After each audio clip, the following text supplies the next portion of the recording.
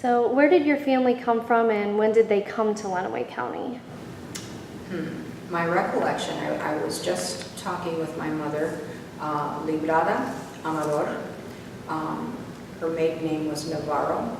She said that they came here in 1944 from the Ohio area to find work in the fields. And my father's family followed later because of the connection in Ohio with the Campos family. And they came from Chicago and eventually moved back to Chicago for a while. And then I moved back here when I was 5 years old.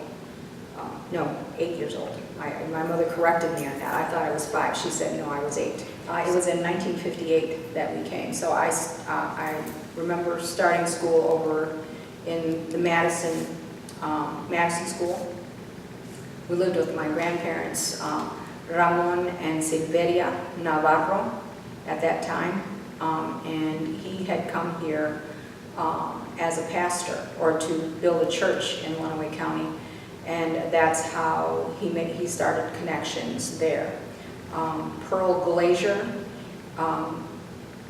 was instrumental in bringing him here from Fostoria, Ohio. And that was in 1944, because Pearl Glazier had a ministry to the migrant workers' children in Blissfield. And somehow the name of my grandfather came up after he had been working in Findlay trying to start a Protestant community or a Protestant church for the migrant workers there. And with, little luck, because Catholicism was the major religion among the Hispanics there, so it wasn't a real popular thing to do for him to, but he had an incredible experience with God, having gone on his way to commit suicide just before getting saved. He had gone to his brother's house to tell him goodbye. And Lance Marshall, a young man who had a heart for the lost and those that needed to know about God and who needed hope. My grandfather at that point had become despondent. He was 40 years old, an alcoholic. I think he had lost his job, and he had several children. And for a man to lose his job, especially a Hispanic man not having any income, is very humiliating. And I think that led to his decision to commit suicide, or to try to commit suicide. But God had other plans for him.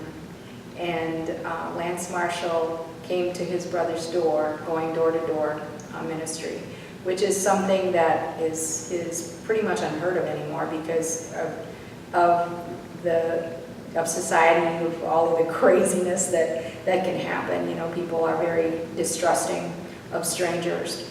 But this stranger became a friend of my grandfather's and a teacher and mentor, and eventually became friends with Pearl Glazier, who then began to encourage my grandfather to continue his quest to be a pastor to the migrant workers in Blissfield and in Lenawee County.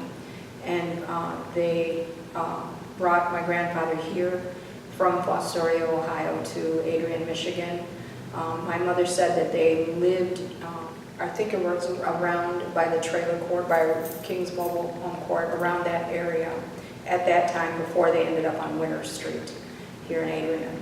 But they started a church in Albert Reyes's home. There were some migrant workers that were already here that were longing to have their own church, and they were Protestant.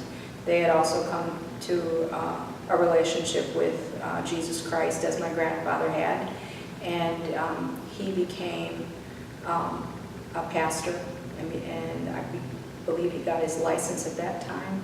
But it was in 1944 when they started trying to meet, and it was over at King's Momon Court in a laundry room that Albert Reyes had procured for them to be able to meet rent-free. And so they met there for a while until, let's see, from there they went to a dining area at the Lenawee County Fairgrounds. And I never knew that one until just today when I was talking to my mother. She could probably elaborate a little bit more about those things because that was way before I was born. But this is how I ended up here. And when my father and mother met, his family had come here from Chicago, Illinois, into the established community that was here, Protestant community. And it was my grandmother's sister who had talked them into coming to Adrian from Chicago. They stayed here for a while, and that was when my father, who was very young at the time, he was probably only 16, migrant work is very hard work, so they decided to go back to Chicago, and my grandfather, Zarate, Francisco Zarate, was able to go back to Chicago, and he worked in some kind of factory there for a time until, and they, having made friends here, would come back, I guess, frequently, and of course, my grandmother, who liked my mother, kind of threw them together, tried to play matchmaker, and of course the parents usually win somehow. And she married my father. She was 22 and he was 18, and she was Ramon Navarro's daughter, and that is my grandfather. And Juan Zarate was his name. His real name was Jesus, but because of Christian ties, he did not want to have the same name as Jesus. So, and neither did my grandfather Navarro. He changed his name because I believe his name had been Refugio instead of Ramon. And he changed his name to a brother that he had loved and revered and had died in Colorado in the mines. There was a mining accident, and he died very young. So my grandfather took Ramon's name, and so that's why Ramon. He has Ramon R. Navarro, which Refugio is his real name, and that means refuge in Spanish. So learning all of these historical things about my family is kind of interesting and sobering at the same time. You know, when you realize how much they had to go through to just survive, just to be, just to raise a family, the struggles that they went through, the struggles that I went through, you know, growing up in Adrian, being Hispanic, having met with prejudice, you know, growing up in school during the 60s. And of course, I became a hippie, you know, because that appealed to me, wanting, you know, being different and things like that. But consequently, down the road, because of my upbringing, I started the first hippie church in Lenawee County in 1970, February of 1970. There's an article in the Telegram about it from years ago, and we had it in the back part of my mom's house, my mom and dad's house on Siena Heights Drive, and it was called The Way. That was what the early church was called, was The Way. And so I had a ministry, like my grandpa, to others that were lost and seeking and needed to know that there was something more than just religion. And our motto back then was not churchianity, not Christianity, but a relationship with Jesus Christ, because he's real. And that's part of my history, for my children and for my grandchildren to know that that's why I am the way that I am, from not only my upbringing, but also because of our relationship, not only to one another, but to God Almighty. So that's part of my history. So, how are holidays traditionally celebrated in your family? What holidays are most important? And are there any special traditions or customs, songs, or foods? well, the tradition that I remember the most is Christmas was the most important holiday. And at Christmas time, we would all of us would chip in, different women from the church. And, I remember helping my grandmother make tamales. And they would have like a candlelight service and a service at Christmas time, and we would have dinner afterwards, and we would have tamales. And that also happened on New Year's Eve as well, that we would carry on that tradition, as well as is to ring in the new year in prayer and asking God to help us with the new year. But I remember also that my grandfather, because of the poverty around us, there were families that were not as well off, and also there were some that were still migrant workers that came to the church. We still have that tradition. My cousin Ralph is continuing it at the church on Croswell Street with, it's a little brown paper bag full of peanuts, shelled peanuts. And this is, my grandfather did this years ago, and an orange, which was a luxury back then because we didn't have fresh fruit, apple, a candy bar, and a little toy that they would put in there because some families didn't have Christmas. That was their Christmas.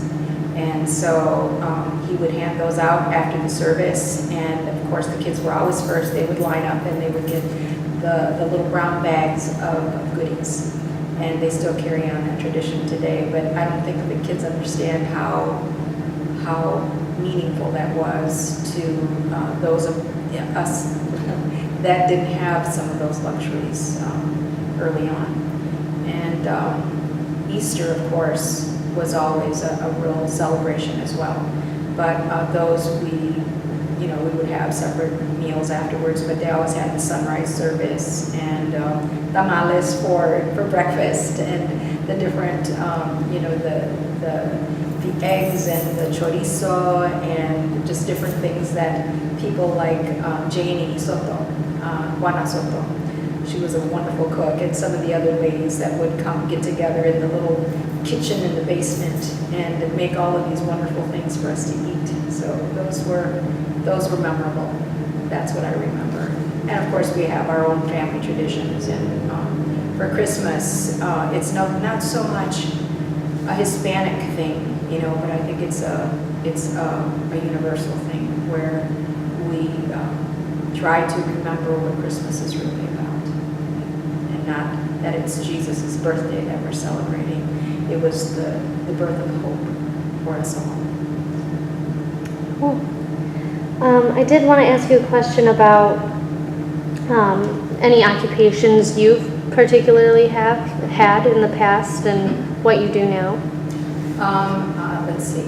I started when I first started working. I was 15 years old, and I worked with my mom got me the job at Tempo, and where Joanne Fabrics is now. And that used to be Tempo department store, and that was my first job. I was 15 years old. I had to get a work permit in order to get clothing for school. Prior to that, I worked in the fields. I picked tomatoes and cucumbers and detasseled corn. That was my least favorite job because it was so itchy. But I've done that as well, babysitting, of course. But the thing, I ended up in doing retail work.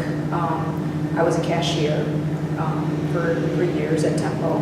And then from there, after I was married and my children were born, I went back to school or to work part-time at Klein's department store, where they discovered that I had a penchant for doing displays. I've always been artistic. I guess my father is very artistic. His calligraphy is beautiful. He has the most beautiful handwriting. But my mom also liked doing art and drawing when she was young. And I guess I ended up with a little bit more of that artistic flair growing up, and I became a visual merchandiser from Klein's, and then I worked at Elder Bierman. I was their visual merchandising manager when they opened the store in 87, I believe. Yeah, in 1987, in August of 1987, I was their visual merchandiser for several years there. Then for a little time, I went and did freelance work for visual merchandising and consultation for different things. I worked for the mall. I have worked for the Adrian Mall doing, they sought me out when I was working at Elder Bierman, and I worked for them for several years, and did the displays there, did the decor. They still call me periodically to do that, and so it's like I told them I'm getting a little old to haul all this stuff, but it's still fun. I still love to do it. I guess my canvas is a 3D canvas, and I like to see people stop and look, and I like to create things from, just a concept into making it a three-dimensional thing that people appreciate, and it draws them in. I loved it when I would do the windows at Klein's or at Elder Bierman, and people would stop and look to see, what it was, because it's also part of marketing, which, was part of my job as well in marketing, and realizing how to make something more appealing for someone to want that item. You get pretty creative with some of those things. And so, yeah, that was part of what I do. Now I work at a Christian bookstore. I was the music manager there.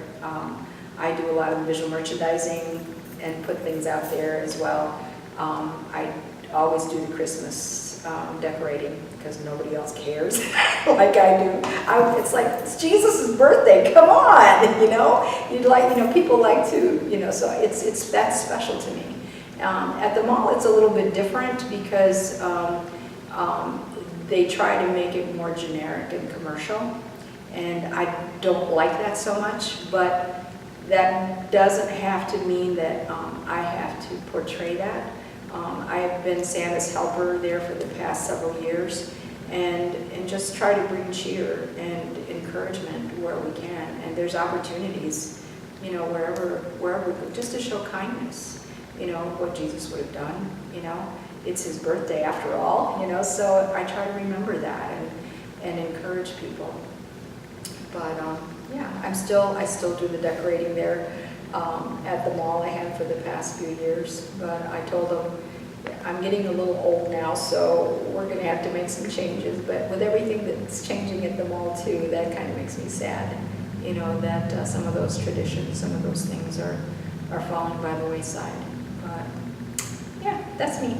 The latest thing that we helped a little with, that my grandchildren got to be a part of, was the mural that they did on the Loaves and Fishes building recently with Martin Moreno, which brought, it was the revitalization project that Joni Warner, I believe, brought into, got a grant and was able to get Martin back. And of course, because he's Hispanic, a lot of that, and because Lenawee County is heavily contributed to by Hispanics because of their work in the fields, their help to the farmers, which was why we got involved with and wanted our grandchildren, because they were visiting at that time, to be a part of that project so that they could understand and know not just about their, because their mother's Irish and German. My son has many, many cultures within him. I call him Heinz 57 because we have so many nations within us now. But they participated in that and were able to understand a little bit more about Grandma's heritage, and being proud of who they were as well, because they're just as much Mexican as they are white, you know. So that project was wonderful. Getting connected with Laura Parra Godina also to try to get a grant to get a historical museum or a cultural center for Hispanics here. I'm delving in that with her as well. She's the one that's doing most of the work on that, of course, because she's very brainy and she knows how to access all of the things for the grants and things, which I have barely a clue. But yeah, things like that, you know, I never used to be proud of my heritage. Now that I'm older, I'm realizing how important that is, to carry on that pride to my grandchildren. And we never know how much longer that we're going to be here. I'm a cancer survivor. I've been in remission now 15 years, so that's been a real gift. And you realize that who you are and where you came from is important, and how that affects you and the people around you, your family, how people perceive you, and how you can fight against those perceptions. That you're more than just a color. You're more than just a woman. You know, you're more than just what the exterior is, because there's something of value within each of us. So yeah, that's... And I just had one last question. All right.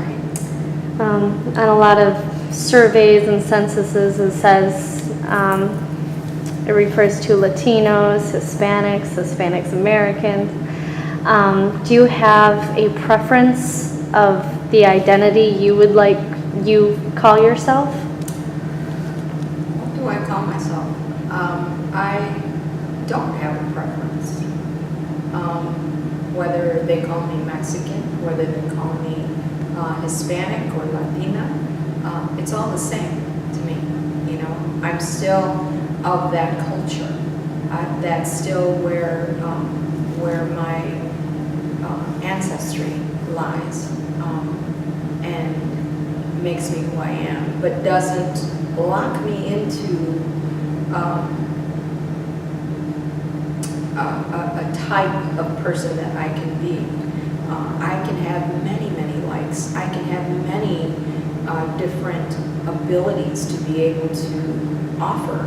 My being Hispanic has little to do with my value as a human being. We're all human beings, and we matter. We're here connected, you know, and whether we like it or not, we are connected. You know, some way, you know, somehow, some way, we are all connected.